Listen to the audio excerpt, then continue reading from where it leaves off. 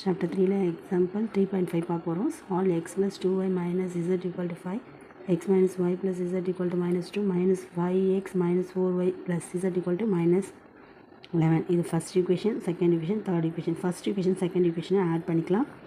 x plus 2y minus z equal to 5, x minus y plus z equal to minus 2. இந்த ப்ளஸுக்கும் மைனஸுக்கும் cancel ஆகிடும்.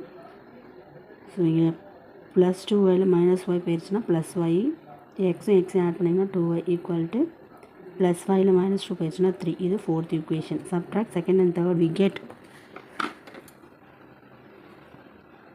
x minus y plus z equal to minus 2 minus 5 x minus 4y plus z equal to minus 11. எல்லாத்தையும் minus பண்ணுறோம். So அதனால் minus subtraction sign கொடுக்குறோம்.